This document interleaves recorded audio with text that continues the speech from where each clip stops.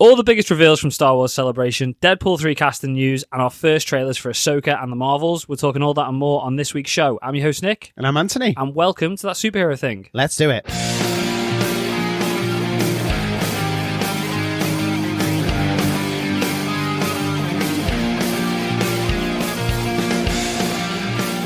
I've got a question for you, Anthony. Okay. Do you want any actual content or do you just want trailers? Because it feels like all we've had 4 weeks now. I want content. It's trailers. I'm enjoying the trailers. I'm enjoying the trailers, but I'm bored of just talking about trailers. I want to get my teeth into something. It's going to feel weird actually watching a proper show. I know. Actually watching something more than 1 minute, 28 seconds. I don't think I've got the attention span for it anymore. I don't need to be reminded to watch an episode of something, whereas I need to be reminded about the fucking trailers. It's alright, you were all over it last week. Yeah, it wasn't too bad. I just missed Ahsoka, that was all. Yeah, I suppose, yeah. But you've only just watched it, so at least it's fresh in your memory. Yeah. So we'll go through that. We've got loads and loads and loads of news. I feel like every week it's been a bit of a slow news week. That's because it all happened this week. It's all caught up this week.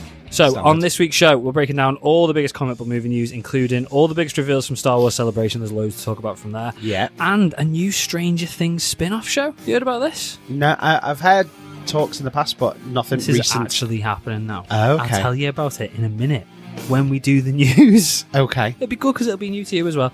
We're then going to give you a full review of the latest trailers for Ahsoka and the Marvels before listening to your thoughts and theories in this week's Podfans Assemble. This is also your spoiler warning. There will be spoilers and speculation throughout the episode. Finally, if you want to skip ahead to the Ahsoka review or the Marvels trailer review or to Podfans Assemble, then we will put timestamps in the description like we always do. Anthony, you mentioned Mario a minute ago. Yeah. Do you want some Mario news? Go on. So, we didn't get to cover it last week. What no. were we doing? Trailers? Fucking hell. How did I forget what we did last week? We did trailers instead, which in hindsight was a massive error because everybody and his dog has literally been to see Mario this last weekend. Twice by the looks of it. It smashed the box office and even some records as well. So it's officially now had the biggest opening for an animated film ever. Really? Yeah, ever. Bloody hell. Frozen, I think Frozen was the record holder. Yeah. And it's beat Frozen. It's already, as well, the highest grossing movie of the year domestically in the Bloody US. hell. So it's hit $225 million in the US already. So in its opening weekend, it's beat Quantumania's entire domestic run. That's insane. In a weekend.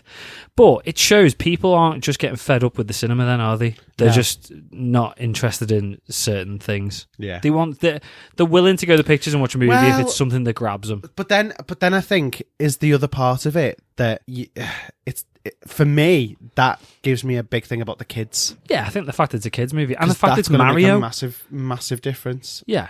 And anyone can go and watch it. Yeah. Yeah, I suppose. And it's got full-on nostalgia power as well. Yeah. Because it's Super Mario. Or are they just sick of comic book movies? Because Scream 6 did really... I know I keep going back to Scream 6, but considering it's R-rated, that did really well. It's just comic book movies people aren't going to watch anymore. Yeah. We're going to have to find a new niche for the podcast because no one's going to give a shit very soon.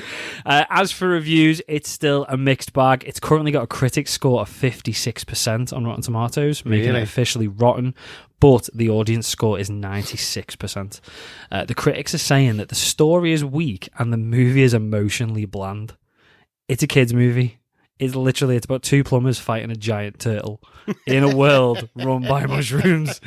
What are you expecting? And to be fair, have you seen it yet? No. It's boss. Have you watched it? I went to watch it with the kids at the weekend, yeah. I was supposed to go with my niece and nephew, and then... you were ill?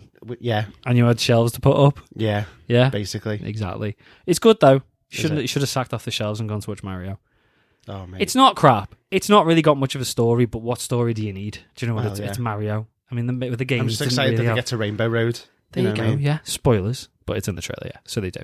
It's good, though. If you've not seen it, I mean, everybody has seen it. I think Anthony is the only person who hasn't seen it by the looks of the box office. But yeah. Do you want some DC news? Go on. Some non-Mario news. So we've talked extensively about what existing DC movies and shows are going to form part of the new DCU and how obviously they're going to mash them all together. Have we sort of come to the conclusion that anything we've seen so far is dead? Except for Blue Beetle, which obviously we haven't seen yet, but that might be in the DCU if it does well. Is that what we were sort of thinking? Yeah. Yeah. Well, are you ready to be even more confused? Go on. Peacemaker Season 2 is still happening. which Amazing. is good news. I'm Amazing. happy about that. Yeah. So someone asked James Gunn on Twitter if season 2 is still in development, and if so, when it's happening. So, I know about this. I know about this one. Go on. So he said that the You just Amanda interrupted me, Wallace. Flo, but go on. Sorry, the Amanda Wallace series is going to come first, and then Peacemaker 2 will be off the back of that. Yeah, after Superman Legacy. That's about 10 years away. No, I know it is, but so no, but I'm my upset again. confusion is Peacemaker going to be part of the new DCU? Well, that's what I was taking from it, yeah. But then what happens to... But Peacemaker's been set in the same universe as Henry Cavill's Superman.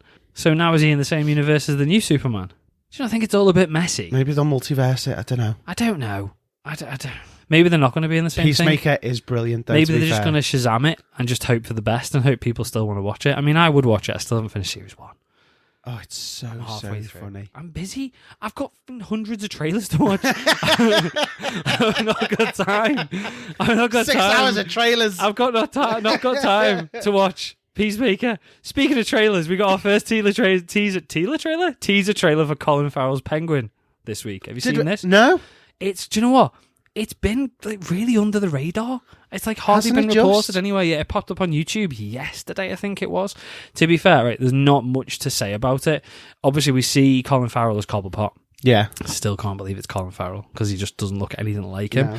No. We get glimpses of Kristen Milioti and Michael Zegan as Carmine Falcone's son and daughter. So Carmine Falcone died at the end of the Batman. Yeah. And then we also get our first look at Clancy Brown as Salvatore Maroni. It's a weird trailer because it's a mix of shots from the show and behind the scenes shots. So it's like a weird way of doing it, but I kind of liked it because it's a bit different to anything we've seen before. It looks very Sopranos, Godfather. Does it? Yeah, it doesn't really give away anything about the story. We just see like glimpses of these characters and glimpses of them making of the series. Yeah. But yeah, it looks... I mean, the Batman was good. It's going to be solid, isn't it? It's going to be like a proper crime, gritty drama. So it should be good. It's coming... When is it? Next year? I think it just says on the end of the trailer, coming 2024. So it doesn't give a date yet or anything like that. One last bit of DC news. So we mentioned this last week. So Frank Grillo was talking about potentially moving over to the DCU. Frank Grillo, Crossbones from Civil War. He is going to be moving over. So it's now confirmed that he's going to be playing Rick Flag Sr., so Joel Kinnaman's dad in Creature Commandos. That's been confirmed this week by The Wrap. It's only an animated show at the moment, so it's just doing the voice. Yeah. But they did say that some of the people, so that the people who were doing the animated voices will be doing live action, which is going to be a bit weird because he doesn't look that much older than Joel Kinnaman. Doesn't he? They might just...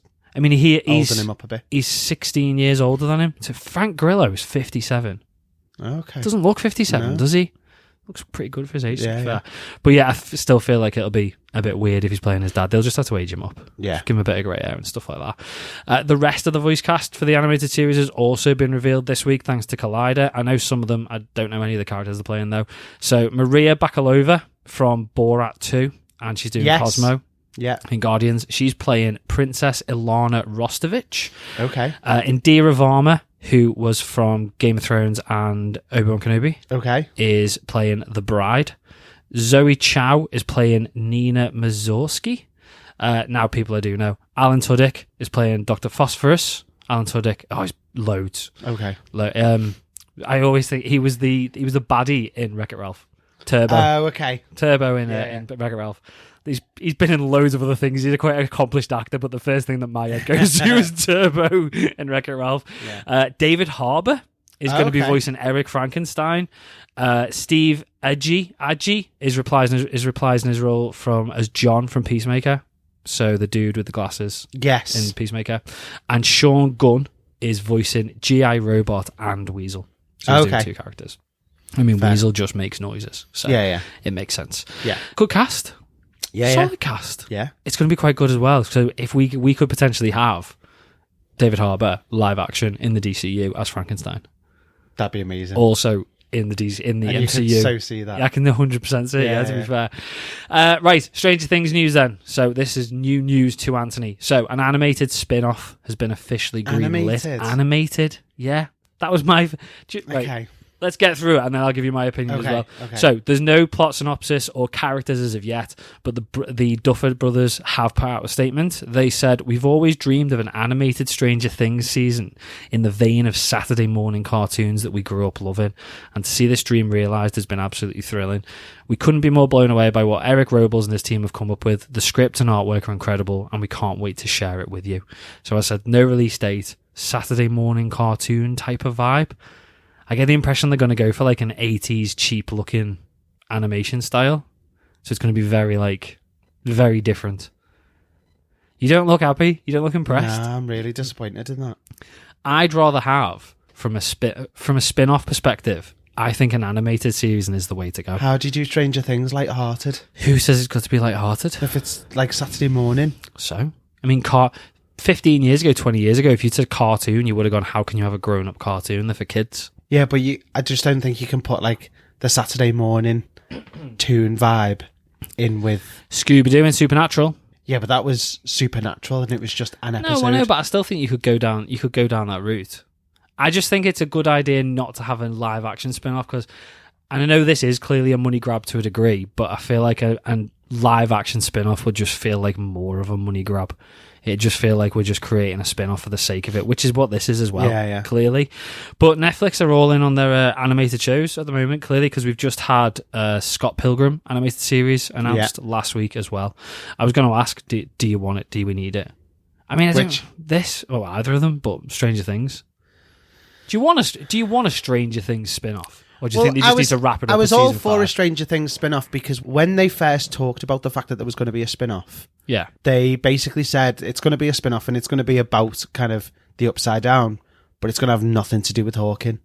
Okay. So it's a completely new story. And I was like, okay, I'm good with that. Yeah, I remember I'm this fine now. with that. But then hearing that, I'm just a bit like, well, is this what they were hinting at back then? Is this the project? Could be a completely different project. Or is this something else? So you just don't seem to want an animated Stranger Things.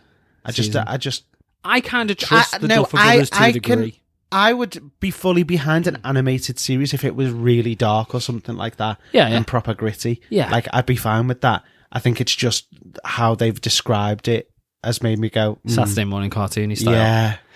But I think it's got to be aimed at adults if they're going to go down that route because I think kids today, it wouldn't appeal to them. They want CG. But then I know kids of like 12, 13 that watch Stranger Things. And I know that's probably not appropriate. No, but they they absolutely love it. So getting an animated thing for that, like, that'd be sound. But I don't know. I think they'll make it mature. They'll make it grown up. I don't think you're going to be able to make it scary, but I think you really struggle to make it scary. But I don't know. We'll see. Again, to a degree, I trust the Duffer Brothers, but then I trusted Kevin Feige, and look at the shit show that Marvel's become recently. So it is what it is, isn't it? Speaking of Marvel, it's a good segue, that wasn't it? It's good. Well done. I enjoyed that. We've got some casting news for Deadpool 3 this week. So Deadline have confirmed that Marina Baccarin will be reprising. I can't say reprising. You keep saying reprising. I know. She's going to be replying to the reprisal. She's going to be reprising her role as Vanessa, even though she died in number 2. Spoilers. Oh. Yeah. But multiverse and shit like that, isn't yeah. it? And Stefan Kapicic, I think I've pronounced that right, is going to be returning, not reprising, returning as Colossus. Okay. For number 3, which is mega. They're going to be joining. To be fair, I love Colossus. He's boss, brilliant. isn't he? Yeah. So the other returning cast as well that's already been confirmed, we've got Leslie Uggams back as Blind Al and Karen Sony as Dopinder as well, who were in the first 2 movies. Okay. There's no news on whether Zazie Beetz and Josh Brolin are coming back from number 2. Okay. But it's been rumoured that Brianna Hildebrand, who plays Negasonic Teenage Warhead, that's hard to say, is really close to signing the deal. So she should be back. I feel like she needs to be if Colossus is coming back and she was in number 2. Yeah. That is all amazing news, though, to me, because they were boss. They were. I'd like Zazie Beetz and Josh Brolin back, because that would be good. But as long as you've got the main cast who were in 1 and 2 back, I think that's the main thing. Seeing this Colossus interacting with Wolverine is going to be very interesting. Yes. Because it's very going to be... It's like, is it his Wolverine or is it the Wolverine from a different reality? Yeah. That's the thing, we don't know. No. We don't know which version of idea. Wolverine this is going to be, do we? So that's September 2024. It's getting closer. Do you reckon... Until he gets pushed back. Do you reckon he will meet the Ryan Reynolds from X-Men? Oh, I hope so. Because I think that would be quite funny as well. What do you mean, the Ryan Reynolds from X-Men? Hang on, I'm confused. I said I hope so. He was... You mean the one from X-Men Origins? Yeah. Yeah, that'd be good. I mean, he's kind of already met him, he killed him. Well, yeah. I could see them going down a little bit of a route of like Spider-Verse, like loads of different versions of Ryan Reynolds' Deadpool. I could see them going down that route, and loads of different versions of Wolverine as well, like a really posh one and a really not posh one. Do you know what I mean? Like a British and a Wolverine. version where they're each other. Yes, yeah, a Ryan Reynolds Wolverine and a Hugh Jackman Deadpool. That'd be fucking class. Boss. That'd be laughing. Yeah. I think, and now that you've said that, I think they're going to do every X-Men. We're going to have a Ryan Reynolds Professor X. We're going to have a Hugh Jackman Professor X. Ryan Reynolds Jean Grey. Yes. I'm so on board. I'm Ryan so Reynolds on board Rogue. with that. Completely on board with it. Yeah. Last bit of Marvel. Do we need that? Last bit of Marvel news then. So it's kind of news, but it was an article that I read today and I thought, you know what, I'm going to include it because it was really interesting. Okay. So it was interesting to me anyway. You might all find it boring. You won't. So apparently Avengers Infinity War, going back a bit now, it was supposed to originally be 45 minutes longer than the cut we got. Really? Cinemas. Yes. Are they going to release it? Probably not, but it would be nice. So we know the movie started with Thanos aboard the Asgardian ship, and he'd already killed off half of the people on board, and he already had the Power Stone, and we got told that he'd already decimated Xandar in order to get it. Yeah. Well, according to Thanos' creator, Jim Starlin, a full sequence showing the battle on Xandar was cut from the very start of the movie. Oh. And it was cut very last minute. So he said about a month before the movie came out, he got an email from Joe Russo saying that the 45 minutes of Thanos at the beginning of the Infinity War had to be cut. He said that they had shot it, but they never wanted to spend the money on the effects, and they didn't want the movie to be as long as the second one was. But they didn't realise how popular it was going to be and how much of a success it was going to be either. So they should have just chucked it on, basically. Yeah. We'll never get to see that. It's been shot, though.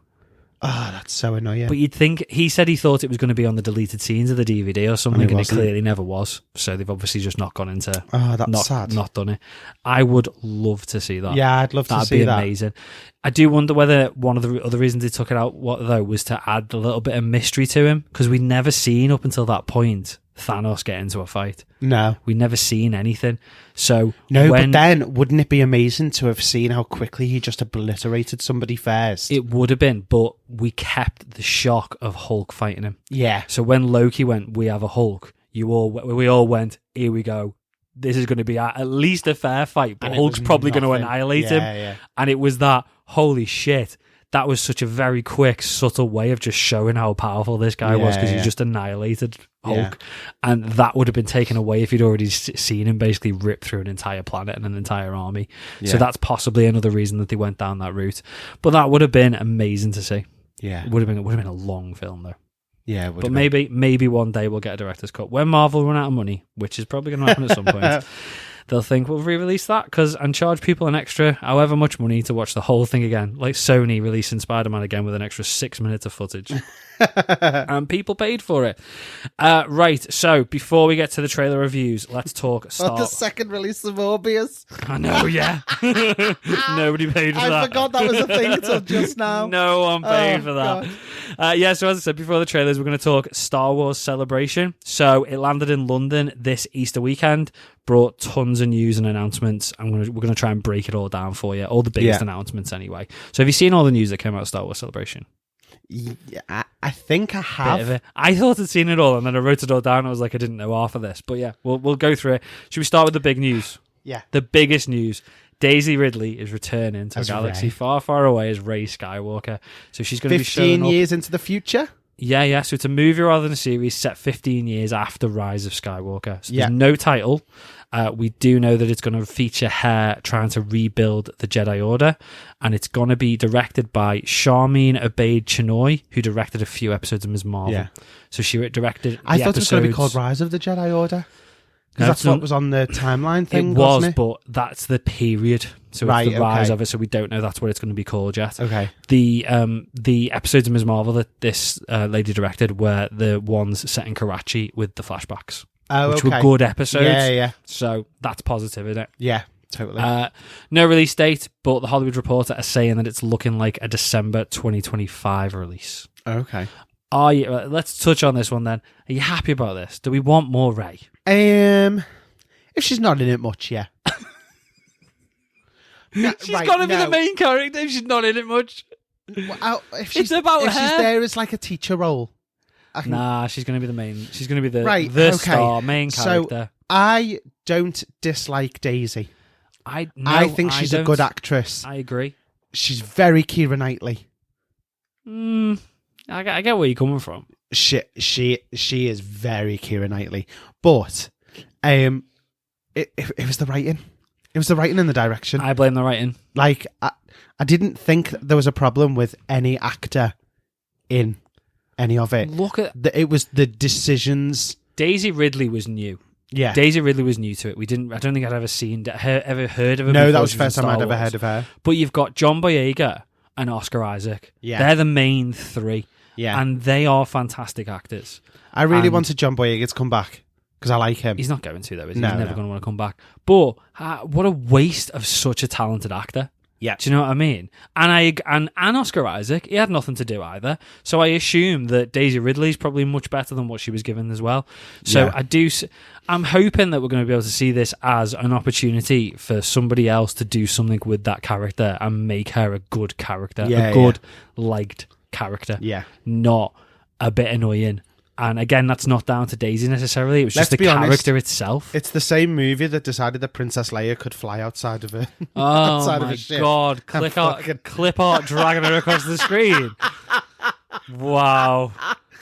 So nobody remember watching that. Just being like looking around the cinema is like, have I had a stroke? Is this actually happening?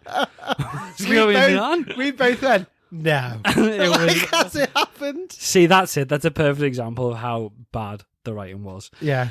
So, another movie then. So, we're getting a movie from Logan and the Wolverine director, James Mangold. Okay. That's amazing news. So, he's also directing the new Indiana Jones movie as well, so he's already well in with Lucasfilm. Yeah. There's no official title yet, but we know it's going to be set 25,000 years before Star Wars. Is it the First Jedi? It's going to centre around the origins of the Force. That's amazing. And they're describing it as a biblical epic.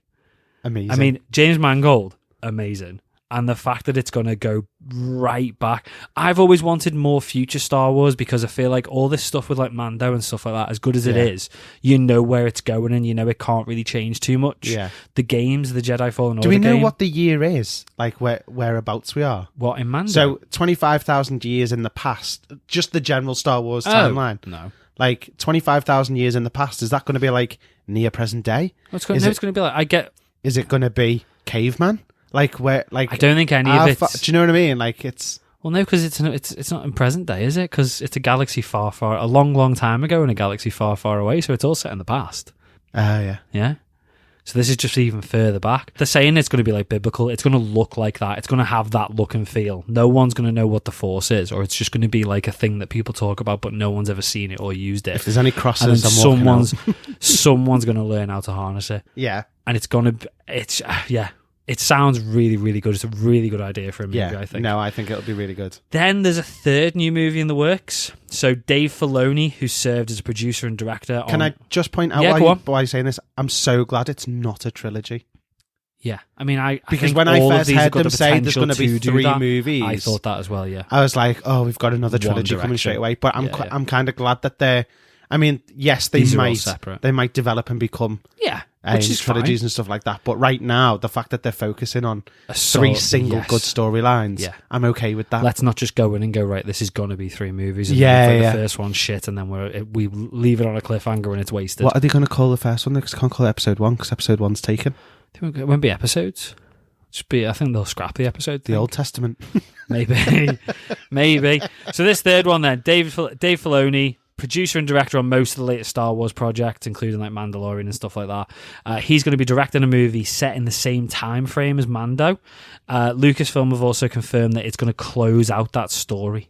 Okay. So it's going to wrap all... Book of Boba Fett, the new Ahsoka series that's coming out. Yeah, it's going to wrap all that story up, yeah. The Hollywood Reporter are saying that this one is going to drop a year after the Rey movie. What are your thoughts on us wrapping up all these series with one movie? Because it's probably going to wrap up Mando as well, because it's not going to be till 2026. So that gives us time for another 2 series of Mando. I'm actually good with that, you know. I think I am as well. I want a definite end. And I feel like you can have build-ups of something coming from all angles. Yeah. And then you have that final showdown in that movie. There's no build-up for the movie. You can literally go straight into the action because you've built the storyline separately in the different series. So I'm good with it. And it's also kind of a bit of Avengery. Yeah. It's like we've had these individual series and we've had these little crossovers, and now we're going to get it all wrapped up with one big Avengers style movie. It's good. I'm excited. I am. Before I get too excited and we move on to the rest of it, can I just remind you of a few things? Go on. In the past, Star Wars have announced a Josh Trank Boba Fett movie that didn't happen, a Rian Johnson trilogy that didn't happen, a Kevin Feige Star Wars movie that didn't happen, a Patty Jenkins Rogue Squadron movie didn't happen, and a Taika Waititi movie that got announced about 6 years ago and still hasn't happened. So, good luck with any of those 3 movies that have just been announced at Star Wars Celebration. Yeah. That's the only negative not the only negative, but Star Wars Lucasfilm have got a habit of Patty Jenkins, she was Wonder Woman, wasn't she? She was, Rogue Squadron, that all got shut down, cancelled. They've got a habit of announcing movies and announcing projects that just don't happen. There's going to be an Obi-Wan Kenobi trilogy of movies that got scrapped and turned into a series because of how crap Solo did, but I'm hoping it's because they've tried to do, again, similar to Marvel, they've tried to do so much. Do you know what I mean? And they've tried to sort of take it in so many directions. And it's like you said with the trilogy, they're not sitting there going, we're going to do this trilogy now and that trilogy. They're going, right, we've got 3 films, one at the start, one at the end, one in the middle. And they'll sort of be separate so they're not all tying together to try and make this huge if they do it like this, it's got the potential to be Rogue One level. If not better. Hopefully better. I mean, I enjoyed Rogue One, but I think it's got the... After the original films, Rogue One is my absolute favourite out of everything that's been done so far. I feel like they're playing it safe to a degree as well, when you look at what they're doing, because they're taking... Again, rather than doing loads of trilogies or one big trilogy, we're getting 3 movies set in very distinct, different time frames. Yeah. So they can just then hone in on the one that people like and people enjoy. If people hate the Rey one, we'll leave that. We'll leave future Star Wars and come back in 10 years. Yeah. If everybody loves the biblical 25,000 years one, we'll go off there as well. And it's but also it's far enough back that it doesn't matter. So you're not going to sit there and watch it and go, well, it's all good, but we know Darth Vader's going to pop up in 10 minutes, because it's not. It's 25,000 years ago. It's a lot that can happen. Yeah. So it's quite a clever way of doing it. It's again playing it safe, but I think that's what Disney in general need to start doing. How old was Yoda? Probably about 50 still. No, he wasn't. He's not that old. I mean, he might be. You never know. Right, so other Star Wars news from Star Wars Celebration. We got a release window for Andor Season 2 coming around August 2024. Confirmed. Obviously, we already knew it was going to be the final season. They'd best pick up the fucking pace if they're going to do that again. I know. It's going to lead directly into Rogue One. At the con, Lucasfilm also screened some footage for a couple of other upcoming shows. So they screened footage for Skeleton Crew and The Acolyte, but they've not released any of the footage online. Obviously, though, footage descriptions have leaked online straight away. Yeah. So the Skeleton Crew one, that's the one with Jude Law. The footage showed basically a largely child cast, so they reckon it's going to be a kids show. Not necessarily a kids show, but it's all going to be all about the kids. Showed kids on speeders and like in a Star Wars school. All the things reported to Star Wars school. I don't know whether that's a normal school where they learn about Star Wars, or is this a school set in the Star Wars universe. I would imagine it's the latter. The Acolyte, that's the other show. So that's set 100 years before the prequel trilogy. So again, going further in the past. That's been pitched... So before Phantom Menace? Before Phantom Menace, yeah. 100 years before that. It's been pitched as Frozen meets Kill Bill. I don't... That's what everybody says. What? The footage features a gold lightsaber. I assume it means the hilt of the lightsaber, because it's like one of the first ones. And a few action sequences and loads of Jedi. Fair. Which is good. Which, again, do it right. They did loads of Jedi in the prequels trilogies and it was crap. A few other tidbits. So there's a re-release of Return of the Jedi for its 40th anniversary coming soon. An announcement for more series of Star Wars Visions, Tales of the Jedi, and The Bad Batch, which is confirmed to end the story. I still haven't watched any of The Bad Batch, but I've heard such good things about it. I've heard really good stuff as well. I need to Hasn't season 2 just finished and everyone was like so. Massively shocked? Yeah. I don't know why. Somebody died. Oh, I want to cover my ears. There's loads of, you've got headphones on. They literally put your sound into my ears. But yeah, it looks good. I watched the first episode of Bad Batch last year for the show, and it was all right. But I struggle with the animated stuff. Yeah. But talking about the animated stuff, I feel like I've now got to go back and watch all of Star Wars Rebels because Ahsoka clearly just ties in with that. Does it? Yeah. So Ahsoka was the other big news. I really like Ahsoka, to be fair. Like, as a character. Yeah, I do. Yeah. I've always really liked her. Yeah. No, she was good, yeah. She was good in the bits of the animated series that I've seen. Yeah. And she was bossing Mandalorian. Is that what she popped up on? Which, again, leads us on. Perfect. We're getting good at these segues, Anthony. We know what we're doing. Should we do trailer reviews? Yes. And we might as well start with the Marvels. No, not really. We'll start with Ahsoka because we're on Star Wars. So, again, like we did last week, we'll do a full breakdown because there's loads of like little Easter eggs and tidbits in the trailers. We have to do loads of research because I've not watched Rebels. But so yeah, this could all be wrong. But yeah, it is what it is. Before we get into the breakdown, what did you think of the Ahsoka trailer? Oh, I'm really excited for it. I am. I mean, I watched it like a week ago now. You only watched it about Twitter. Honestly, just to see like a bit more Jedi action. Yeah. Because that's what's been lacking. Yeah, like we just said, it's... There's not, apart from the dark saber in Mandalorian, it's not really Jedi, we've not really had any lightsaber action or anything like that. So to get a bit of this now, I'm quite... It feels like we're getting a look at what the prequel trilogy Jedi should have been. Yeah. Rather than whatever it was in the new ones, which was a bit crap. Yeah. And then, but yeah, that's it. Because again, it was too silly, wasn't it? In the prequels. So yeah, it's good to see that. But yeah, and now knowing as well that it's going to all sort of mash together at the end and it's all forming part of this bigger story, and we get a few reveals as to potentially where that's going to go in the trailer. I'm really excited for it. Should we break it down a little bit then? Yes. So, start off with Ahsoka, clearly, because it's her show. She's saying, like, there's something coming, something dark, she can sense Can we just address again here, by the way, how good her costuming is? It's boss. Like, it's perfect, in it? Yeah. It's so cleverly done. Yeah. Like, I just... Before you saw her in live action, seeing pictures of her from, like, Rebels and stuff like that, how they were going to then translate that to live action.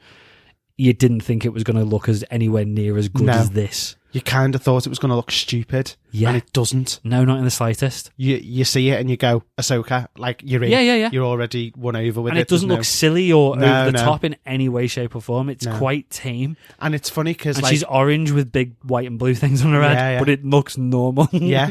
And this is the thing, like when you see a lot of your Star Wars movies and shows, you get people in those costumes rather than CGI. Yeah. But they don't do a lot in it because it's hard to do stuff in those types of costumes. Yeah. So to see her having to deal with that, but she's going to be the main character, I'm just excited to like... Rather than just like the odd cameo in Mandalorian and stuff like that. Yeah, it's going to be good. A lot of makeup. Well, again, look, Colin Farrell. Colin Farrell's doing a whole Honestly, Penguin if I was season. running around like fighting and stuff like that, I'd be sweating like a bitch and my orange streaks would be horrendous. Lovely. Anyway, I'd have to get makeup every 35 seconds. With that thought in your heads, well done, listeners. There you go. So we see her at what looks like a Jedi temple. She cuts a hole in the floor and drops down. Oh, it was so cool. So that apparently is a callback to the Clone Wars series. So when we see her escaping Order 66, she does that to get away from the Clone Troopers in Order 66. Again, never seen it. That's what I've read. Could be wrong, but yeah, if you've seen Clone Wars, maybe you know. Maybe you're sitting there going, what's he talking about? It's a load of crap. So we get our first live-action look at Sabine Wren, played by Natasha Liu Bordizzo. I think I'm pronouncing that right. I'm shit with these names. Wait till Anthony gets to Podfans Assemble.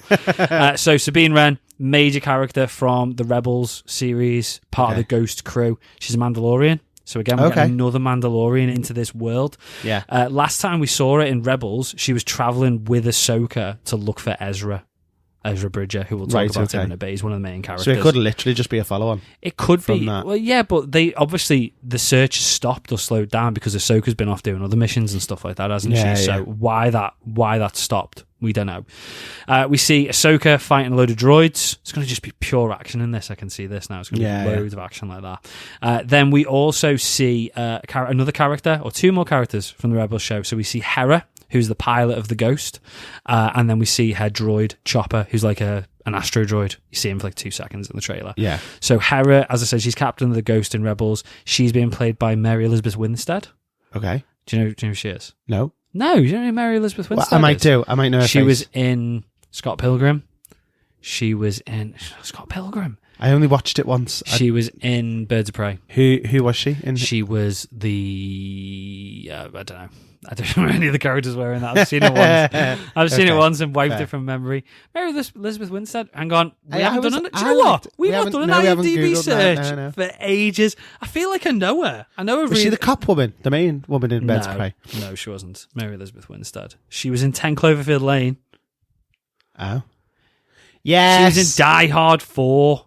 I mean, that's not a good film either. Oh, she was in Sky High. Do you remember Sky High? No. You not seen Sky High? No. She's the bad guy in Sky High. That's what I remember. What the hell is Sky High? What the hell is Sky High? It's like a Disney comic. It's like a Disney superhero movie. Oh. Have you never seen Sky High? No. Mate, that is 100% a Patreon watch. 1,000,000%. It was great at the time. It'll be crap now. But it's good. Kurt Russell. Kurt Russell's like the big superhero in it. Oh, okay. It's good. It's not. But it's so bad it's good. But yeah, she's in it as well. Then, right, so we see new I use the word Siths because I don't know what else to call them. So we see two new what look like Siths, but they've got orange lightsabers in the trailer. Yeah. Right, I'm really, really colourblind. You know this. Yeah. And I struggle. So I looked at it and I was like, they look orangey to me, but I'm sure they're probably just red. Apparently it's very purposeful that they've done this. It is. They have specifically made them orange rather than red. So one of them's played by Ivana Sakno. She's playing Shin Hati, and the other one is played by Ray Stevenson, who's playing Babylon Skull.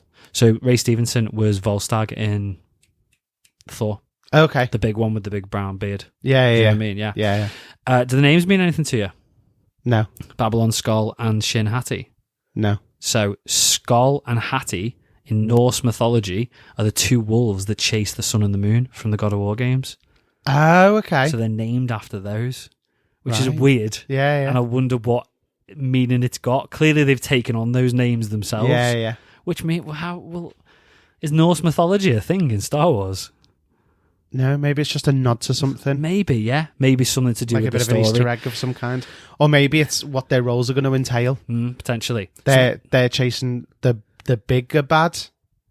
They're chasing the sun and the moon. Yeah. So the sun being the rebels and the moon being the dark, the Imperials. Because I know I said Sith, I don't get the impression they are Sith.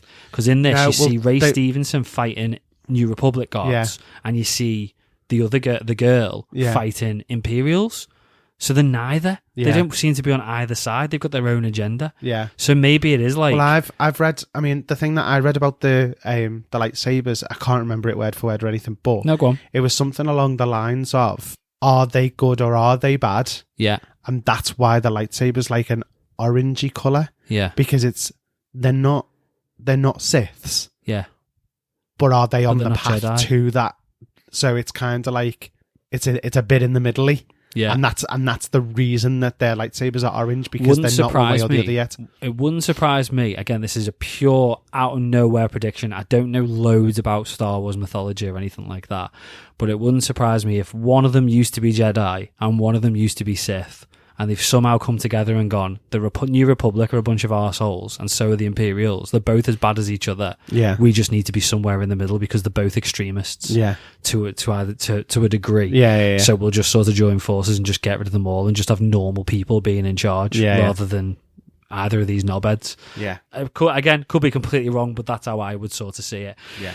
So moving on with the trailer, we see Ahsoka and Sabine having a bit of a talk as well. Yeah. And then up until this point, I'm really enjoying this trailer.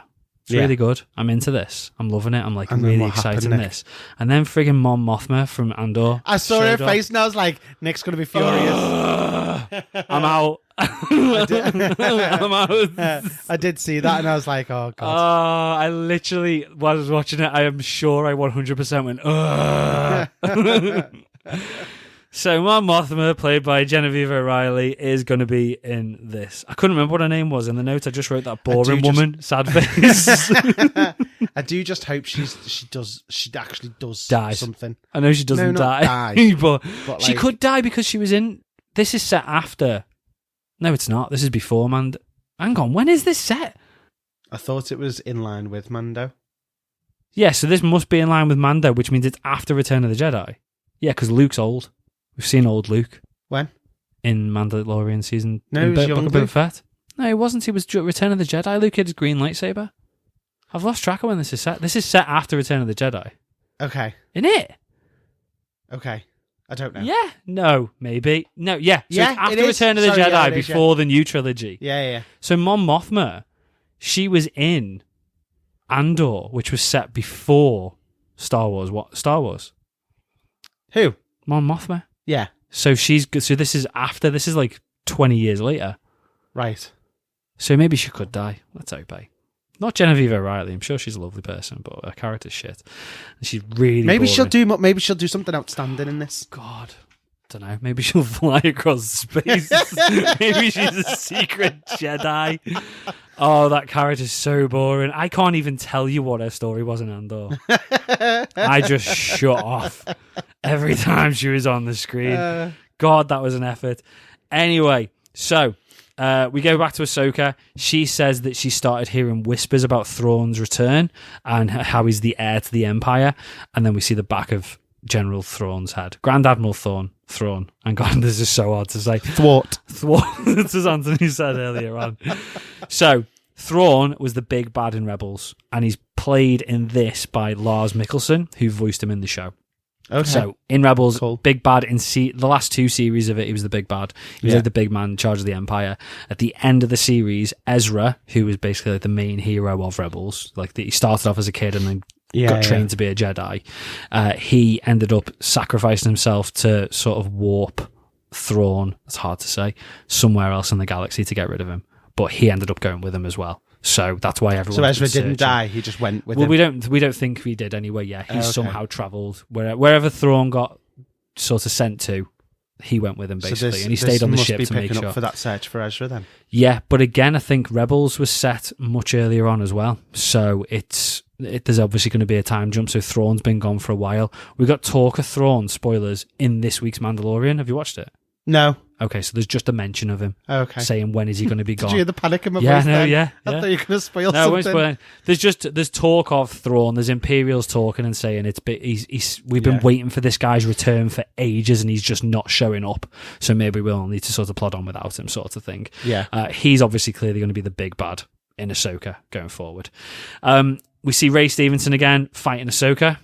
So clearly they're not on the same side. We see Sabine looking at a hollow image of Ezra. So when Sabine's looking at that little hologram, that's Ezra Bridger there. And obviously he's the one who's gone missing. Hope. Yeah, similar sort of thing. And then at the end of the trailer, we get a look at a droid who says, perhaps it's time to begin again.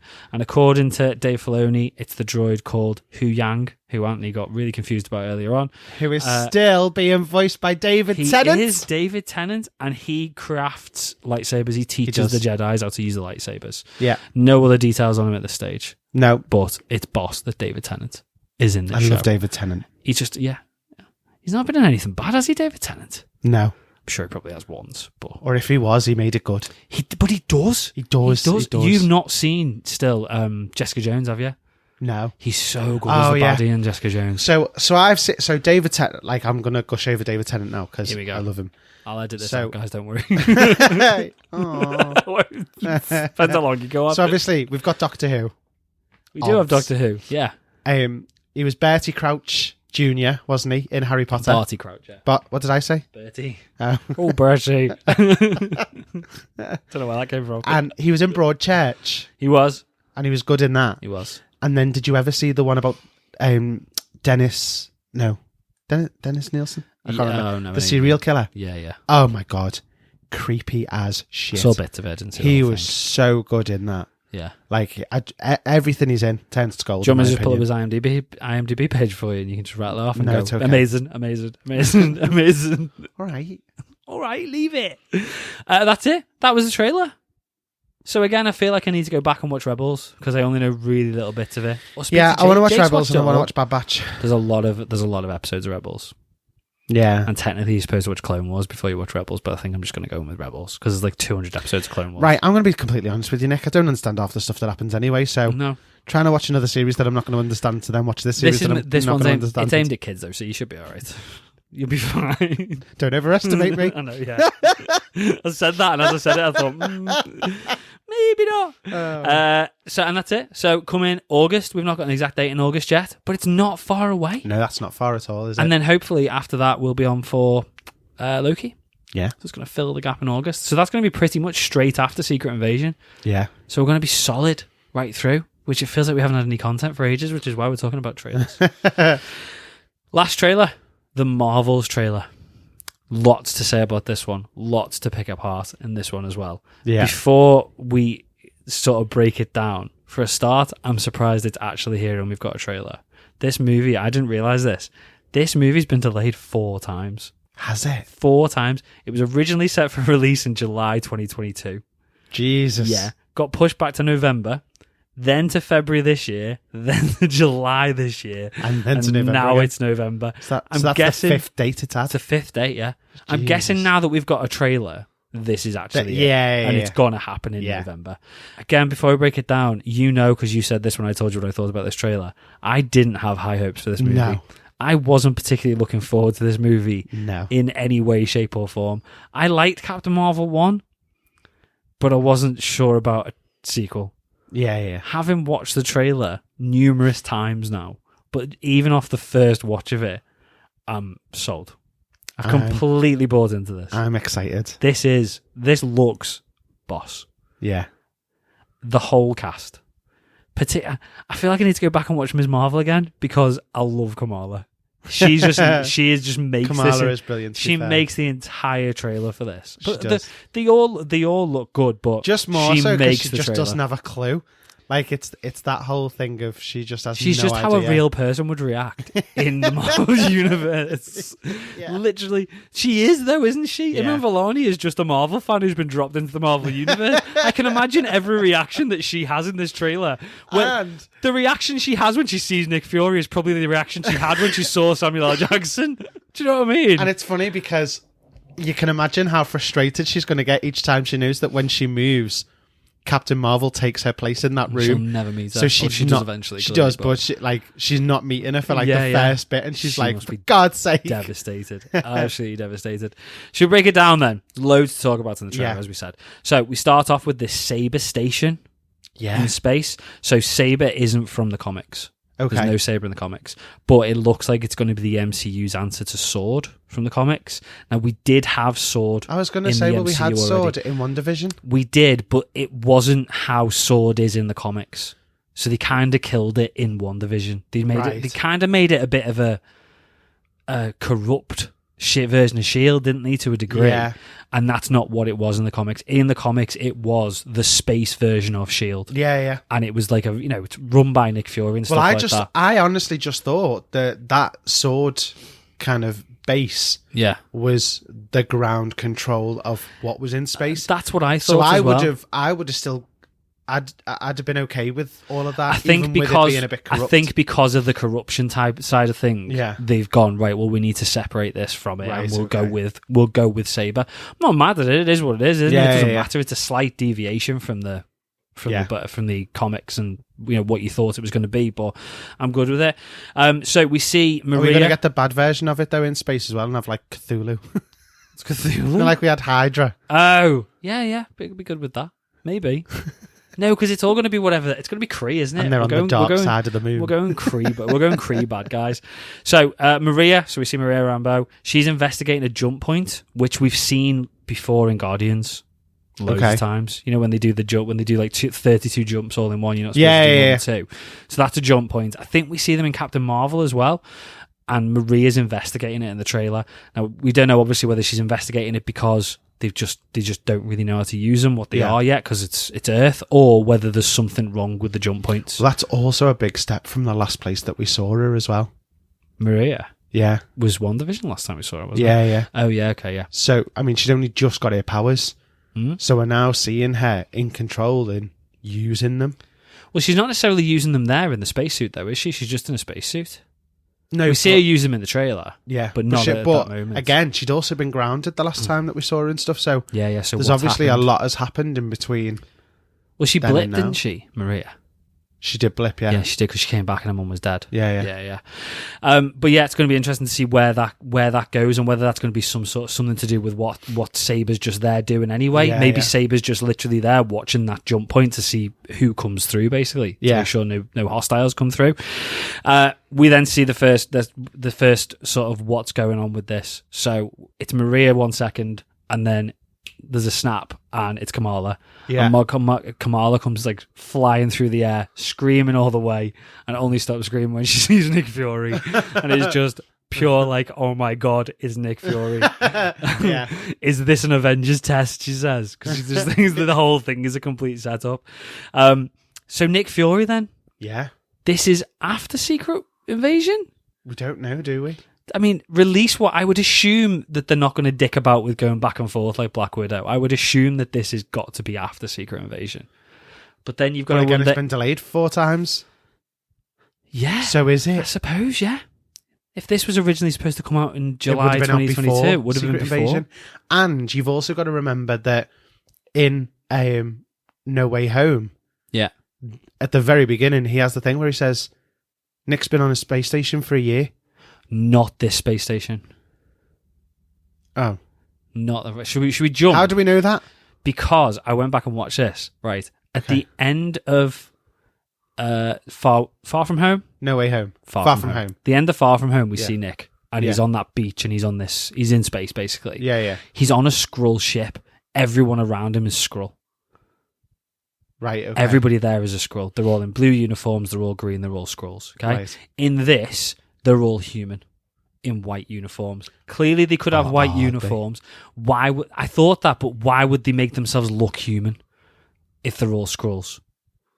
Do you get what I mean? Could be something to do with Secret Invasion. I don't know. I just don't feel like it's the same thing. I feel like he was probably on a Skrull ship originally, and now he's gone to Saber for some reason. Okay. But again, we don't know where it fits. We don't know what it's going to do. Yeah. It kind of. Again, you got to think, like you just said, it was originally supposed to come out before Secret Invasion. Secret Invasion, just the trailer seems to hint that that's Nick Fury's final mission. Yeah. And then 3 months later, we're going to have him in Ms. Marvel. Yeah. So it is like, what's going to happen there? I think they need to be careful with it though, because even if it is very obvious that this is set before Secret Invasion, if we see Nick Fury die in Secret Invasion, it's going to take away a lot of the sort of gravity of the situation if we go, this was in 3 months ago. Do you know what I mean? Yeah. It's just going to feel a little bit weird. So after that, we see Maria land on this planet, wherever she swapped with Kamala, load of Kree attacker straight away. So my question is, did she swap with Kamala? Yeah. Or are they doing a 3-way swap each time? No, they can't be doing a 3-way swap, because in Kamala's house, she uses her powers and Maria stays there, and only Carol comes through. Oh, yeah. Yeah, I'm right on her, yeah? Yeah. So it must, I don't know, it's going to be dead confusing. They're all somehow linked, but I assume she swapped with Kamala. But if she swapped with Kamala... Oh, so I assume what's happened is, when the first swap has happened at the end of Ms. Marvel, Kamala's gone to wherever Carol was, which was the Kree planet. And then she swaps again with Maria, and then Maria's gone there, meaning Carol is still in Kamala's room, bedroom, on Earth, basically. And then obviously somehow it's all gonna change. So we then jump to Kamala's house. Fury and Maria rock up at Kamala's house. All Kamala's family from Ms. Marvel are there again. Oh my God, that whole scene looks like it's going to be super hilarious. Excited Kamala. I love and her family. She's so good. Her family, all just... I know, all the characters from Ms. Marvel. If you look, though, Kamala's house, when they rock up, is already trashed. So the table's already smashed, and there's a dude on the floor tied up when they roll up to the house. Okay. So I'm wondering whether Carol has done that and then gone, and then they've swapped. Right, okay, yeah. And then that's when Maria and Nick Fury have shown up. Yeah. I'm guessing that's sort of piecing it together. So we find out Maria says that the powers are entangled. We find out what Maria's powers are. We already know what they are, but she says to Kamala that she can manipulate light energy, and you see a bit of that going on. And then Kamala tries to show off her powers again and swaps with Carol again. And then Carol ends up in in Kamala's house. Yeah. And that's the first time we see Carol and Maria reunite. Yeah. So we don't really see much awkwardness in the trailer, but you just know it's gonna be proper awkward in the movie, because we know there's a history between them, but we don't know haven't talked for a long time. Yeah, but we don't know what happened, so it's going to be interesting to see how that plays out. We see Kamala go to what looks like a Kree ship, which is obviously where Carol's been fighting the Kree. She meets Goose, who saves her from a load of Kree, and the scream. I was so the scream's happy mega. to see Goose. I was, but as much as I was happy to see Goose, Kamala then stole it straight away with the "oh my god" sort of thing. Absolutely brilliant. She's just like how a human being would react in the Marvel universe. I really want Goose to then do the Scouse meow afterwards. Yeah. Meow. So we get some fight scenes. That's up at that stage. That's when we get a look at Fury on this Saber station, surrounded by what we assume are going to be. They all look like humans anyway, which is why again I think it's different to the end of Far From Home. We see mix of action scenes. We see what looks like a Bollywood dance number. Going on in the background on this new planet, and then we see one of our first new cast members. So it's Park Seo-joon, and he is rumored to be the leader of this new planet where they are. Okay, and this is the planet where they reckon people can only communicate through song. So this is the musical planet, right? So okay, that so this probably is a things about this being a musical. Yeah, so that is probably a full Bollywood musical thing. Hilarious. All kicking off.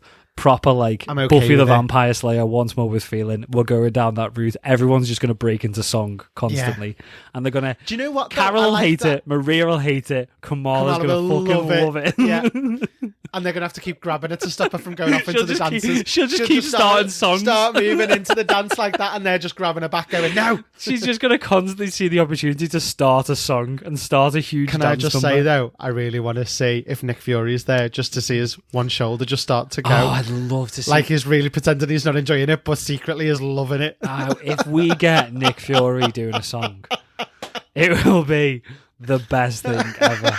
Can you imagine? Oh, it'd be so good. So, also on the planet, we see what looks like an army of baby Flerken all running down the stairs. That's amazing as well. Yeah. That's going to be brilliant. And then, again, still looking like it's on this planet, we see the new Kree leader, who is supposedly going to be the villain of the movie. Right. So played by Zawe Ashton. She's confirmed to be playing a character called Dar Ben from Disney. So from the comics, she was a general who seized control of the Kree Empire and ruled with another Kree called Ael Dan. So there's no sign of that other character so far, so a lot of people are speculating that she's going to be like a mashup of those two characters. Yeah, but she's going to be the new Kree ruler. Yeah. She's got the hammer, very similar to Roman the Accusers from Guardians of the Galaxy. Yeah. And also, she's got exactly the same bangle as Kamala on her wrist. Oh, I didn't even get onto that. Yeah, it's identical to Kamala's. Okay. So I assume it's the other bangle. So there's going to be two bangles. She's got one. In the trailer, she appears to have Kamala's powers as well, similar powers when they're having this big fight. Yeah. So that's obviously going to be how she's powered. Obviously, she's a Kree anyway, so she's probably going to be a bit stronger. Yeah. But yeah, that's going to be her powers. I'm guessing at the end, Kamala's going to end up with both the bangles, and she's going to be like super mega powered. Yeah. Kamala Ms. Marvel, isn't she? But yeah, that's going to be interesting to see as well, the same powers. They're going to obviously have to go up against each other at some point. Yeah. All three of them, obviously. It's going to be like a proper team effort, but seeing Kamala probably having to fight somebody... At the very least, hold her own. No, thinking I've got this because I've got powers, and then seeing somebody who knows how to use those powers a million times better than she knows how to use them, and thinking, shit, this isn't working, and the cockiness going, if you know what I mean. I think that's probably the way they'll go. We also see the team standing together, all in new costumes. So Carol's got, again, you only see it for like a second, but Carol seems to have a new costume with a huge Kree symbol on it. We see Maria in her new costume, black and white suit with her Spectrum symbol. And then Kamala looks like she's got a new costume as well. Looks just like an amped up version of the current costume. She will be devastated that she's not wearing her costume, won't she? I'm sure she'll be all right. I'm sure she'll live. And that's all them basically fighting this Kree boss. Yeah. And then it wraps up with Kamala being excited because she's like, we're a team. And they're like, no. No. We're not a team. I've got to point out as well, right, the music for the trailer, Intergalactic by the Beastie Boys. Yeah. Perfect. Whoever picked that needs a raise. Yeah, 100%. It was amazing. There was also, it can't be a coincidence, one of the lyrics in the song, it says, "No, don't tell me to smile." And that lyric comes on when we first see Carol. Amazing. Perfect. Can't be coincidence, can it? No. Cannot be coincidence at all. The trailer in general then, it gave me real Ragnarok vibes. Yeah. Yeah. Ragnarok, a bit cross with Guardians. Yes. Like, it's got a comedic tone, but you can see that it's going to be a bit heartfelt and a bit serious as well. Yeah. And I know it's only the trailer, but it feels like it's going to have that balance of comedy and seriousness. I also feel like it's going to have that little bit more of a balance of earthly to cosmic as well. Yeah. Yeah. Which they've been so far apart from one another so far. Yeah. It'll be nice to see kind of, even if it's just a couple of links, just a bit more than we've had previously. And the chemistry the chemistry with the characters as well. So you've got the three different characters. You've got Maria, who knows what she's doing cosmic wise, but is still relatively new to it. Yeah. You've got Carol, who is complete cosmic pro at it. Yeah. And then you've got Kamala, who's never been in space before. Yeah. So it's a good balance between all three. She's going to be She's going to be hilarious, isn't she? But yeah, it just seems like, again, it just seems like a good mix. I also, and again, I know it's only from the trailer. Yeah. I can see them going down a bit of a Thor route, character-wise, with Captain Marvel. Because they didn't really know what to do with her in Captain Marvel and anything she's been in so far. Yeah. She didn't have a lot of character to her. No. Do you know what I mean? And that's not, again, this isn't me going down the route of, oh, she should smile more and all that sort of stuff. That's not what I'm saying. But she doesn't really have a personality that we've really explored. Well, she hasn't had a lot of screen time. No, and again, that thing is because she's too powerful to have had the screen time in what she's done so far. So she's been there when she's been desperately needed, and then she's had to go again for whatever reason. Yeah. So, yeah, no, I totally agree. And obviously the first film for her, she was just trying to find out who she was. No, I get what you mean. So it was kind of like a soul search, and yeah, I just don't want it to get too slapsticky. No, I don't want it to. I don't want it to. But I think if they go down the Ragnarok route, I'm hoping part of the reason for all these delays. There's a lot of rumors as to why it's been delayed. I've heard that there were reshoots. Test screenings apparently were really, really bad. Yeah. There's rumors that there's been like a huge kickoff between the stars of the movie. So really? Yeah, but again, it's pure rumors and speculation, isn't it? But I'm hoping that it's one of these things where they've seen that Marvel's not necessarily going in the route that they wanted to go, and they've gone, what works, let's make it more Ragnarok, Guardians of the Galaxy type of thing. But yeah, I think, don't get me wrong, it doesn't look like the perfect movie, but it looks like it's a massive step in the right direction. And again, for me, personally, and this might sound a bit OTT, from the two trailers, from the trailer for this and the trailer for Guardians of the Galaxy, I'm actually looking forward to this more than Guardians. As much as I think Guardians will be brilliant, I'm excited just to see where this goes. Because I know Guardians will be good. Is the ending of a story now. It's not even that. I just know it'll be good. I'm more excited for this because it's come as more of a surprise to me. So I'm excited to see it. Okay, but yeah, I think it's good. 10th of November. So again, it's not that long to wait. I don't want any more trailers though. No, neither do I. It depends if we've not got anything else to talk about for the show. So that's us. That's all the trailers for this week. Yeah. Should we see what the listeners think? Should we do Pod Fans Assemble? Yeah.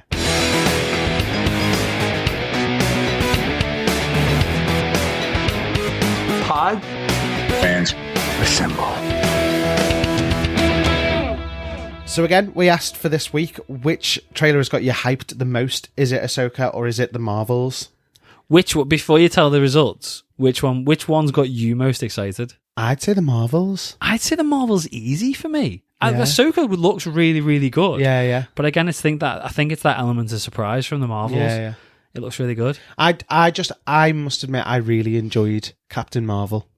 Although she didn't have it. And I mean, I know the thing has been about personality and stuff like that, but I actually really liked her, and I liked that she's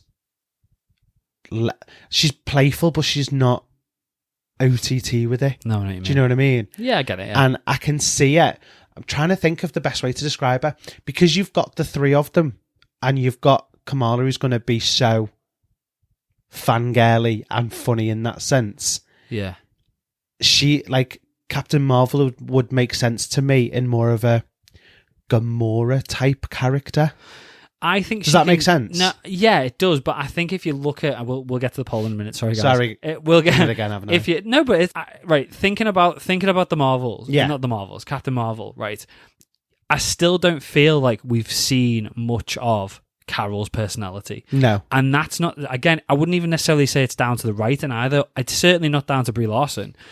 It's because the events. It's how it's happened. The first 60% of Carol in Captain Marvel isn't proper Carol. It's brainwashed Kree Carol. Yeah. And we only start to see the real side of her come out towards the end. Yeah. And it is a bit goofy. The first time she uses her powers, she's like flying all over the place and she doesn't know how to use them. And it is a bit funny and a bit of a novice. And they're landing in blockbusters and like the way she speaks to the people. And it's like I feel like we actually saw the real Carol for about 20 minutes in Captain Marvel. Yeah. And then we've not seen much of her since because you can't use her because she would have just killed Thanos in 20 seconds. So you've not had the ability to use her. And I think people... I don't know why people don't like her, but I think that's the reason why we've not bought into her yet. But I think this is going to be a good opportunity to get to know the character a bit more, and they just need to do it right. Sorry, what did everybody else think? So we know what we think now. We know what we thought. So the final votes were in second place with 37% of the vote was the Marvels. So no one agrees with us. So Ahsoka got 63% of the vote. That's good. I mean, it's good. I don't agree. I don't get it, but it's up to you. That's the beauty. The thing poll. is, though, I am excited. I'm for excited. Both. Yeah, I'm excited. Do you know what I mean? Both. Like it's not like because I'm saying one, the other one's completely written off. No, they were two really good trailers. To be fair, yeah. So, Eamon Mohan said both of them. I can't wait to see what both of them will showcase. What do you think each brand will introduce for future shows, movies, in the show and movie respectively? And what do you hope to see going forward for Star Wars, Marvel, DCU, etc.? Oof, that's a big question. It is a big question. Thank you. Less quantity, better quality. Yeah. All of them. Yeah. Less Star Wars stuff, less Marvel stuff, less DC stuff, just better quality, interconnected stuff. So, I mean, I'm excited to see the crossover of characters in Star Wars. Yeah. So, I mean, we already got Ahsoka originally in Mandalorian, live action wise. So we know that's a thing, and we did get Boba Fett in there as well, and stuff. Well, I know, and that's the one where I'm a bit like. That's the beauty of interconnecting them, though, because you could easily bring Mando in to rescue the series. Bring back the sexy pigs anytime. Yep. Oh, they're dead. I know, but there's got to be a race of them somewhere, hasn't there? Yeah. Bring more. Bring them in like cattle. It's got visions of them landing on a planet. It's just full of sexy pigs all moving in slow motion and dancing. Can you imagine Amando just being like, I know they said something that spoilers weeks, but I won't say it. But Amando just being like, nope. nope. And going forward, DCU, they just need to make clear-cut decisions now. Yeah. And I think we're getting there. But I think we just need to get past Aquaman 2. I just scrap everything that they've done so far. I'll be really honest. As much as I enjoy Blue Beetle. No, I'd leave Blue Beetle in, but everything else. Oh no, I wouldn't want them to scrap Peacemaker. To be fair, they need to. As good as Peacemaker is, they need to. No, they need to just scrap it. Just need a whole fresh start. Yeah. Stormfan40 said, "I chose Ahsoka." Okay. Ahsoka, I choose you. That's what it just made me think of. That's why I slowed down because I was like, you got confused. I'm a Marvel fan, but the last Captain Marvel film was deeply disappointing. I like this trailer though. I'm not much of a Star Wars fan, yet Ahsoka is one of the few characters I really like. Plus, Rosario is my favourite actress. I'll watch anything she's in. I do love Rosario Dawson. Yeah, she's good. I was introduced to Rosario in Josie and the Pussycats. Rent the musical. Oh, okay. I was introduced to Rosario in Josie and the Pussycats. She was Mimi in the movie. Okay. And just fell in love with her from that point. And then she was in seen it. £7. What was that? The Will Smith one? Was she in that? Yeah, I think so. It was £7. Don't know. Something like that. Yeah. Don't know. The Wasted Wanderer said, I enjoyed both trailers, but seeing Thrawn, a character that I first read in the old Star Wars paperback novels, he goes finally right back to in that. live action, has made me very excited for Ahsoka. Yeah, and then I think that's what a lot. I think that's what a lot of people are excited for. To be fair, yeah. Cheers for that one, guys. Thank you. That was all the reactions to which one would you rather see? Should we? What do you want to do? Do you want to do Ahsoka trailer reaction? I'm really struggling to talk this week. Ahsoka trailer reactions first. Yeah. Sound right. There's lots of these. I might put some music on this as well. Like that. Go. Will said, "Oh wow, looks amazing. Genuinely can't wait. Never seen Rebels, but grew up on TCW. Some of those red lights say, what's TCW? Hang on. No, we're supposed to be being quick. TCW. Yeah. Dun, dun, The Clone Wars. There you go. I got there before got you. there before me. Yeah, well done. Some of those red lightsabers look a little dim. Dull might be better. Orange. There's not the bright light there usually is surrounding the saber. Nevertheless, extremely exciting. But that is because they're orange. Yeah. Will's colourblind like me. Fake Crimson Storm Surge. I thought it was absolutely amazing. So looking forward to seeing the Ghost Crew again, and their live action designs look perfect. People love Rebels, so that is. So people are really excited. Big for thumbs this. up on that. Yeah. Brady McCoy said, "Looks amazing, and I can't wait to see the Rebels family back in action once again. Gave me chills watching, even on the 5th viewing. Let's go!" And then there's a gif of Rey, long of high waited. To be fair, it's been a while. Considering how many animated characters we have had, we've not had anybody from Rebels yet. No, I wonder whether I don't know what happens at the end of Rebels, but Freddie Prinze Jr. is one of the voices in Rebels. Yeah, Kanan Jarrus. So I do wonder whether he'll come into it. Oh, maybe. It'd be good. I'm still waiting for Cal Kestis from the games. Have you seen that meme, by the way, of Freddie Prinze Jr.? Possibly. They said Freddie Prinze Jr.'s Fred from Scooby-Doo walked so that Brian Gosling's Barbie Ken could run. Yeah. Do you know, right, we're going off topic. Welcome to that superhero thing. You know, Freddie Prinze Jr. was obviously a big actor in the early 2000s, and then he did Scooby-Doo, and then he disappeared. Yeah. And then he sort of come back in the last couple of years. He hated Scooby-Doo. Did he? Yeah. Do you know what? Guess what he was doing? You might know this, I might have told you. Guess what he was doing in all those years between when he was acting and when he's come back? OnlyFans. No.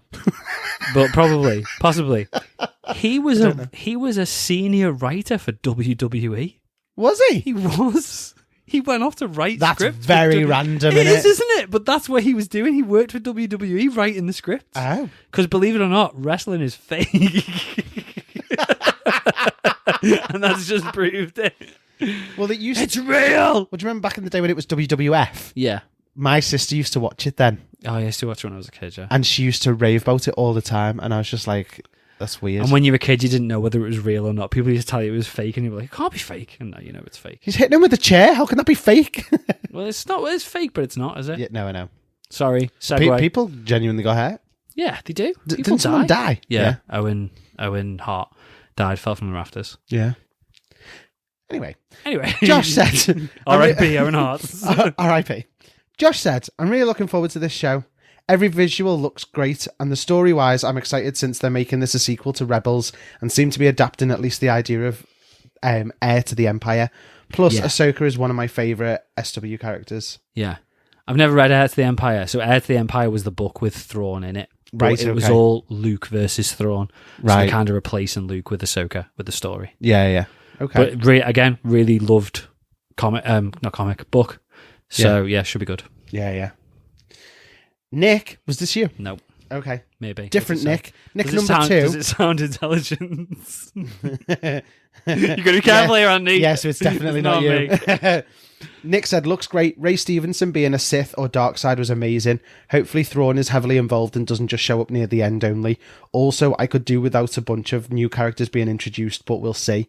Do you know what, though? If Thrawn isn't heavily involved and does just show up near the end, that could be a setup for the movie, and he could be the big bad for the movie. Yeah, so that is... It's not necessarily a bad thing there either. No. Because it could... I mean, you could find that him and John's character... What's his... John's character? Yeah. Who's John? John. John. Hang on. Oh, our mate John. John Carlos. Gus from Breaking Bad. I know what you mean, yeah. Oh, yeah. Giancarlo Esposito. Yeah. Moff Gideon. Grand Moff Gideon. What if they, paired up and became a duo of Bad? I think Thrawn. I think the first time Thrawn meets Gideon, he's going to kill him. Do you reckon? Yeah. Do you reckon they will meet? Yeah. And I think Thrawn will kill him. Oh? I think that's where it'll go. Okay. Because of how big a bad Gideon has been. Yeah. And it'll be like Thrawn will just wipe him out in 2 seconds. Just wipe him off the board. Yeah. Okay. That'd be powerful, that. Fair. Creator Crab said, it looks incredible. Ahsoka is my favourite character in the franchise, so if it comes out on my birthday, August 16th, it was meant to be. Yeah. Happy birthday for August 16th. If August 16th is a Wednesday, I'll forget by then. It'll probably be right. Kazoo said, looks like just another Star Wars show. Bland, filler, and uninspired. Yay, I guess. No stakes as well, since we've seen Ahsoka has got major plot armor already. Let's just hope I'm wrong and Filoni stays away from it all. Fair play. Not everyone's going to love it. I get what they're saying, though. You're never going to get everyone who loves it. Do you know what? I've actually been thinking about Grogu this week. Okay. Go on, here we go. Because I've had feedback from people who have said, I think they've brought Grogu back too early. Yeah. And there's not, it's pulling focus away from The Mandalorian a bit. Yeah. But my other thought is, if you are one of those kids that grew up with Star Wars and now you're a parent and all of that kind of stuff and you still love the Star Wars franchise and all that, the Grogu section... Grow up. No. Says I'm us. joking. The Grogu parts for me are the bits that keep the kids entertained. Yeah. And it's so that you can watch it as a grown-up and introduce your kids into the franchise in a way that they're going to enjoy it, and they'll end up watching the other stuff when they're a bit older and a bit more mature and things like that. Spot on. So I'm okay with it because there's a firm reason for it, and it's not just a let's get as many. I mean, it is partly let's get as many plushie toys out as we can and stuff like that. Yeah. But there's a reason behind it. It's bringing it into that next generation for everybody. That's what got that. Jake loves The Mandalorian, and he loves it because of Grogu. Yeah. He loves it because of Mando now. Yeah. But at first, it was like he wants to watch Baby Yoda, and now he's into it. Yeah. So it works. Mr. Hyde said, I'm beside myself with excitement. Been waiting a long time to see the series. Ahsoka is BA. BA. Duh. Badass, yeah. British Airways. It's the wings on her head. We're showing our age now, aren't we? No. That's not okay. Josh Sharpshooter said it looks great, but it's the small things. Sabine's hair, not wearing armour in the scene that looks like the continuation of Rebels. I just hope the mannerisms of the characters is right. If not, it will kill the show for me, as Sabine was one of my favourites from Rebels. That is the danger. If these actors don't do the parts justice, you just But you know what, though? When they've got material to work off, most actors do a fantastic job of it. Hopefully. Do you know what I mean? Like mannerisms and all that kind of stuff. And to be fair, they've got some people like Lars Mikkelsen does the voice of Thrawn in the show, and he's playing Thrawn. So they've made the effort. Exactly, yeah. So I feel like they wouldn't phone it in anywhere. No, but there's certain characters you probably can't do it with. No, I don't know who voices any of these characters. I really don't. But if you've got a character. Like, again, look at what's his face. You couldn't do a live-action Bart Simpson's movie and have whatever her name is playing Bart Simpson. Yeah, no. Sometimes it just doesn't work, but they've got to do the best they can with what they're given. Exactly. Lord Frobos said, Rebels in real life, a reference to the novel Heir to the Empire by Timothy Zahn, which brought us Grand Admiral Thrawn in the first place, and a gradual movement towards the rise of the First Order. I could not be more excited as a child of the 80s. The Force is strong with this one. This is all leading towards the First Order, isn't it? It's good. Yeah. It's good. I mean, it's not because those films are garbage, but at least it's moving towards it. Yeah. Maybe seeing how it all comes about, the last three films, will make it a little bit better because it'll flesh it out a bit more. Yeah, maybe. Eamon Mohan, again. Yeah. Came back to give us a bit more info. It's awesome. I can't wait. Amazing. Nice and simple. Maury said, oh my god, it's David Tennant in Star Wars. My Doctor Who brain is exploding. I saw this comment and I was determined that he'd got it wrong and he thought Ray Stevenson was David Tennant. I had to Google it. I was like, David Tennant, I've watched this thing like 6 times. He's definitely not in it. Proved wrong. It just turns up in a blue box in the background. Kyle Reynolds said, Goosebumps, cannot wait. Yeah. Darth Ryvin Dicatio. Amazing. Well done. That was probably terrible, but I tried. Can't wait for August. Amazing. Maurice Hawkins Jr. just sent 3 fire emojis. Fair play. Sums it up very well. Yeah. God King Rooster said, I hope this is the beginning of a new badass Jedi Order and the end of Jon Favreau writing anything else. I love the guy, and that is why I have to save him. You are an awesome executive producer, John, and great writer and director, just not with Star Wars, sorry. Fair play. Each their own. Do you know what? Boba Fett, I full on agree with you. Yeah, but Mando was boss. But Mandalorian, yeah. Mando's you've been got to solid. give him credit for that. Been a couple of shaky episodes this season, I'll be dead honest. Do you think? Yeah. I don't think Can't there's been remember anything which shaky. ones. No, just some of them were just a little bit boring. But most of them have been solid. This week's, God, Andy, you've still not watched it. This week's is phenomenal. No, I know. I need to watch it. It's so good. Real Matthew Wilder said, I loved it. The one thing I noticed right away, which no one else has mentioned, was the opening scene of the ruins. Did anyone else see something familiar? That is Korriban, ancient birthplace of the Sith Empire and forbidden to Jedi. Ooh, okay. I didn't know that, but that's boss if that's the case. That's really cool. Okay. We thought it was like a Jedi-ish temple, didn't we? Do you know what? I glanced at the picture as well that he's put on because it's a link to YouTube. Yeah. And I at first thought that was Indiana Jones. And I was like, that's not Star Wars. Kokena Jinchi said, I really want it to be good, but I would be a fool to get my hopes up with Disney's track record. Is that us? That's all for Star Wars. Let's wrap up with your reactions to the Marvels trailer then. So there's loads of these. Okay, don't need to go speedy. If you want. The music's probably ended by now. Just put Bohemian Rhapsody on in 7 minutes. No. I get sued. The Wolf of Cool Street said, exceeded my expectations. I'm 100% hyped to see the whole thing. This might be the It Marvel movie for 2023. Could be. McDonald said, this looks fun as hell. Amazing. Jordan Carpenter said, hugely entertaining trailer. Incredibly excited for the film. Yeah. Osrins sent a gif of an excited microwave noise. Amazing. I'm excited. I'm really excited. What is an excited microwave noise? I don't know. It's like... Bing! What's on Game Pass said, this is looking marvellously entertaining. I see what he did there. Clever. Darker said, I had zero expectations for the trailer or movie, but after seeing the trailer, I'm actually intrigued on watching it. I was going to see it either way as a Marvel fan, but prior to the trailer, I didn't have much interest. Me Everyone too. seems to be in the same boat. 100%. Wasn't excited at all. Nafto said, love the Beastie Boys music in the trailer. Did the Tune. Marvel's producers use the same special effects team for the movie as the Beastie Boys used for the music video? That's a dig. I didn't really see it. I've heard a few people say that the special effects looked crap. I didn't notice. I couldn't say that I noticed. No, I couldn't, but I've not really looked for it. But No, I haven't. Maybe. What's Your Fave said, this is looking good, with some fire emojis. More fire. Ken said, I'm flaking, pumped for the Marvels. I need to keep it in my eyeballs ASAP. Clever. I like it, Ken. Callum Spirit said, I love their chemistry. Yeah, me too. It's going to be I think boss. that's going to be the big best thing. Yeah. NG Chloe, CEO of Moiraine Defense, said, I thought it looked fun. I especially think Ms. Marvel is adding a more fun energy to the film since the other two play more stoic roles. Yeah, they're going to, aren't they? Yeah. Maury just wrote quite good. Fair play. Rachel Miller said, exceeded my expectations and then some. Like the vibe which is coming through in the comedy. It's feeling really good from this. Excited. Amazing. PJB said, looks ace. Looking forward to seeing this one. Me too. Joe, who's apparently leaving soon. Oh, bye, Joe. Don't leave, Joe. A surprise to be sure, but a welcome one. Yeah, exactly.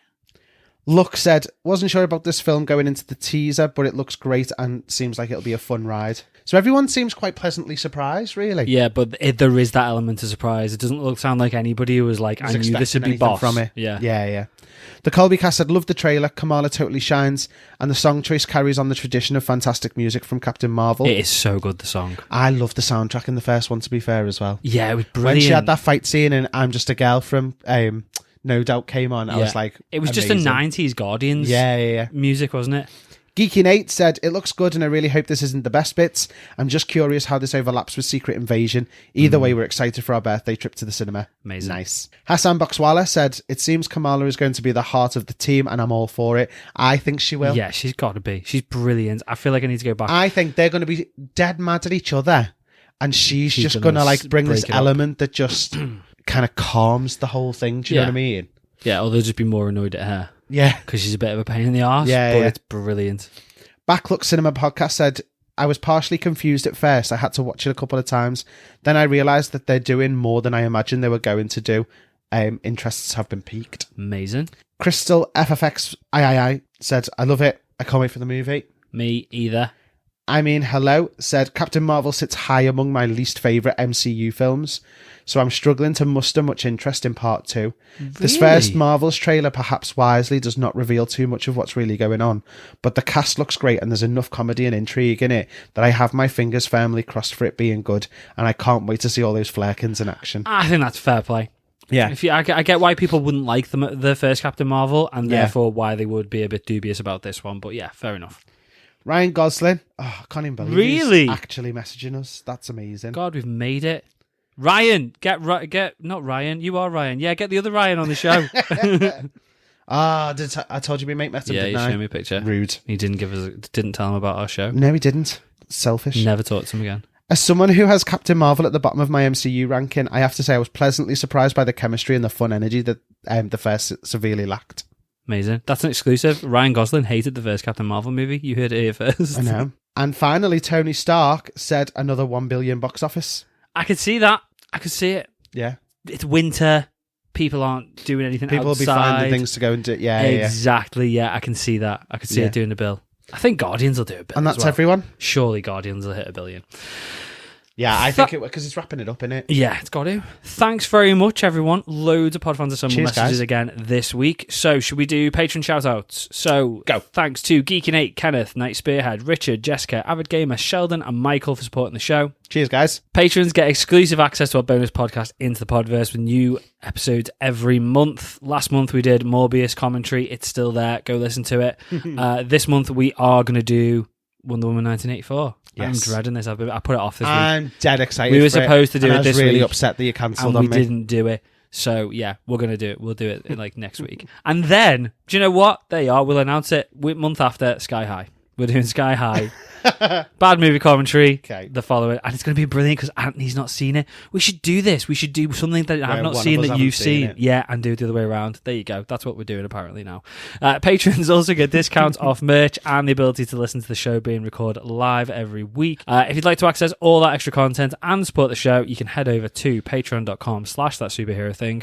Or hit the link in the description.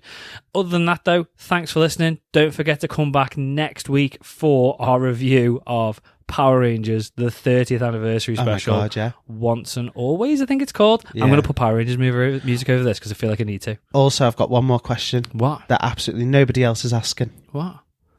When are we getting season 2 of Invincible? I don't know. That's a random place to put that question, Anthony. I know. It's just been in my head and I wanted to say it earlier and I forgot. October. Is that just a guess? Yeah. Okay. You heard it here first. That's what's going to happen.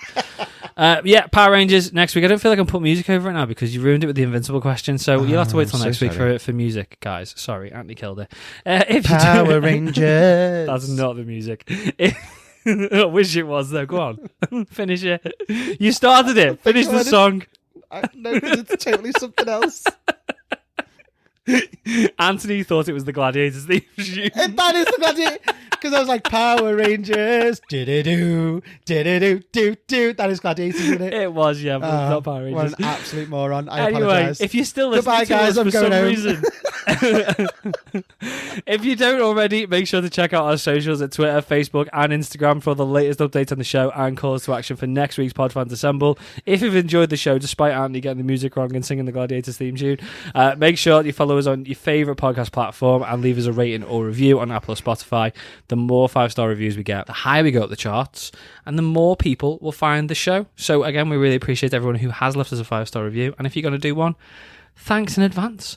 Other than that, though, we're done. Anthony's going to go and watch this week's episode of Mando and learn the real boss. Power Rangers theme tune. Learn the Power Rangers theme tune. Next week, he's going to sing the whole theme tune. He's not. He might do anyway. Other than that, though, guys, thanks for listening. See you next week. Cheers, guys. Bye-bye. Bye.